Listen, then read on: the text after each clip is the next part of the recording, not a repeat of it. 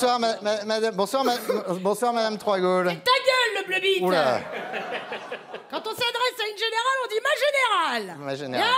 Très Bon, bien. alors, la seule chose qui m'arrive à la cheville, c'est mes chaussettes, mon petit bonhomme. D'accord, c'est bien clair, quand je commande un steak au restaurant, le steak obéit. C'est clair? Le bitos? Oui, c'est très clair. Ma générale, vous qui connaissez bien la guerre. Ah bah je veux, mon neveu, que je la connais bien, la guerre. Ah, j'ai fait tellement de guerres. Ah, j'ai des relents de barbelés. Je pisse du napalm et je chie des douilles de M16, peut te le dire. Ah, bordel. Ah, ouais. Ah, et je peux vider le chargeur dans un cul de moustique à 200 mètres. Alors écoute-moi bien.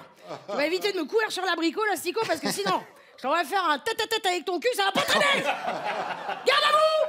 Repos. Ma générale, est-ce que vous connaissez le général Dominique Trinquant? Affirmatif. Ouais. Dominique? Alors? Toujours pas ministre des Transports?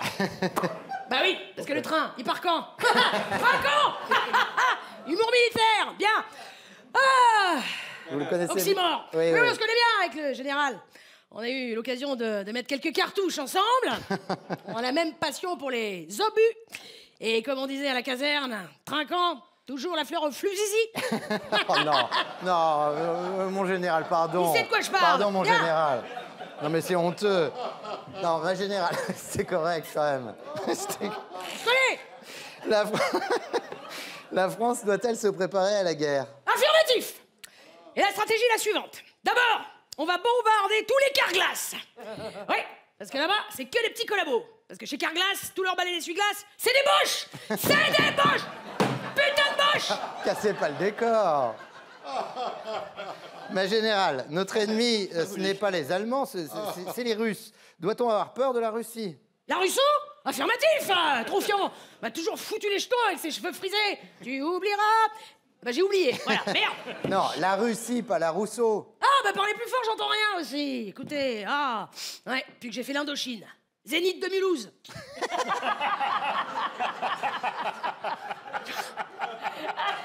J'en ai gardé des séquelles à vie. Trop près des enceintes. Je veux dire aussi, impossible de comprendre les paroles des chansons, putain. Le vice-consul préfère les coups de fouet. Une Bouddha à faire qui va éclater, mais qui a tué Léon Trotsky. Wow, wow, wow, oh là là, wow, wow, Che Guevara. C'est du morse, comprends rien.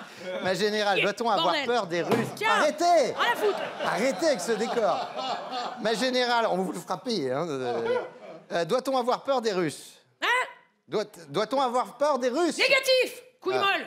Non, les Russes, ils ont fait quoi? 150 km en 3 ans. Il en reste encore 3500 depuis le Donbass pour arriver jusqu'à nous. Encore faut-il qu'ils traversent la Pologne. Et là-bas, je peux te dire que c'est pas les tranchées qu'il faut redouter, c'est les bars à vodka. J'en connais plus d'un qui a eu les paupières à marée basse, rien qu'en respirant les effluves. Hein, Dominique? C'est de quoi je parle? Bien. Là-bas, je peux te dire que leur gnôle, elle te met la cervelle en terrine. Bon, admettons que même avec 8 grammes, ils arrivent encore à traverser la Pologne, les moudjiks. Bon, faut encore qu'ils arrivent en Allemagne et qu'ils survivent à la bouffe allemande. Hambourg, 1944, plus de munitions. J'étais obligé d'assommer un frigolin avec un vieux bretzel. Il en est mort! Il en est mort, le frigolin! Merde, bref, qu'est-ce que je disais? Bon, admettons, ils arrivent en Belgique.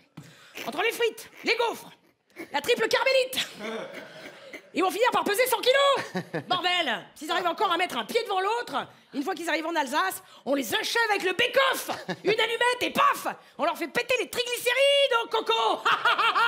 Ta ta ta ta ta ta! C'est fini! Pas bien, ça! Arrêtez! C'est la guerre! Pourtant, le président de la République a évoqué une menace russe dont les Français doivent s'inquiéter. Hein? Qu'est-ce qu'il dit? J'ai rien compris.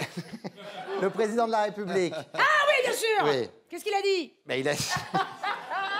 Il a encore parlé! Il parle trop, cet enfant. Il a évoqué, cet enfant, une menace russe dont les Français doivent s'inquiéter. Ah oui, bah c'est normal, Macron. Macron, bon là là, Macron, les seules balles qu'il a entendu siffler, c'est au tennis. Ah, ça me rappelle le maréchal Pétain. Alors celui-là, si on l'avait écouté, on serait encore en train de sucer des pastilles Vichy en écoutant du Wagner. Non, Macron, c'est le... C'est vous qui me l'avez dit, Trinquant. Macron, c'est le maréchal péteux. Bah oui. Mais si, c'est lui qui me l'a dit, il va pas dire le contraire. Mais même dit qu'il suffit qu'il y ait 3 azous en sarouel qui tapent sur des casseroles dans les manifs pour qu'ils se fassent pipi dessus. C'est pas moi qui l'ai dit, c'est vous. Merde. Non, si Macron c'est Jean Moulin, bah moi j'en déboule 2. Merci.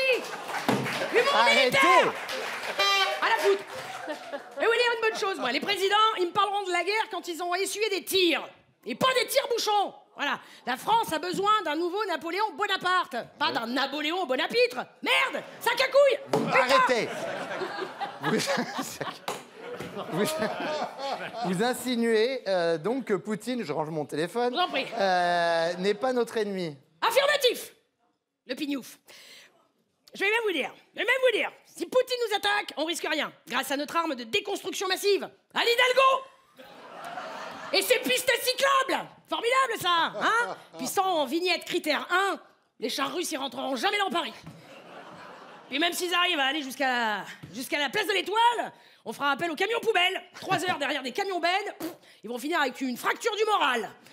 Ils finiront par rendre les armes en 5-5. Et puis sinon, hein, trinquant, on a toujours la patrouille de France qui peut larguer de la peinture sur Moscou. Ça va être magnifique. On repeint le Kremlin couleur Gay Pride, Poutine prend feu, combustion spontanée. Formidable. C'est pas bête. On a gagné. On a gagné. C'est fini. Madame, c'est fini.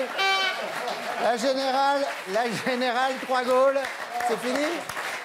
Non, bah non, parce que moi j'avais encore une question. Ah bon, allez-y. 57% des jeunes seraient prêts à s'enrôler en cas de guerre et 42% prêts à mourir au combat. Ah bah les guignols, autant vous dire qu'on sortira pas d'ici tant qu'on sera pas arrivé à 100%. Eh oui, je vais vous dire, l'armée française a besoin d'une élite de combat. Et avec vous, on est loin du compte, hein, regardez-moi ça. Regardez-moi ça. Tas de limaces, là. Si vous croyez que vous allez pouvoir glander, parce que jusqu'ici, les chefs des armées, c'était des gens foutres, vous vous fourrez le doigt dans l'œil jusqu'au genou. Général Trinquant, au rapport. Et moi-même, on va faire de vous des soldats. Absolument. Et au trop. Voilà, on n'est pas venu ici pour jouer à touche pipi sous la douche. Ma chambre, c'est à la 112 au Novotel, avenue Montparnasse, mon chéri. N'oublie pas.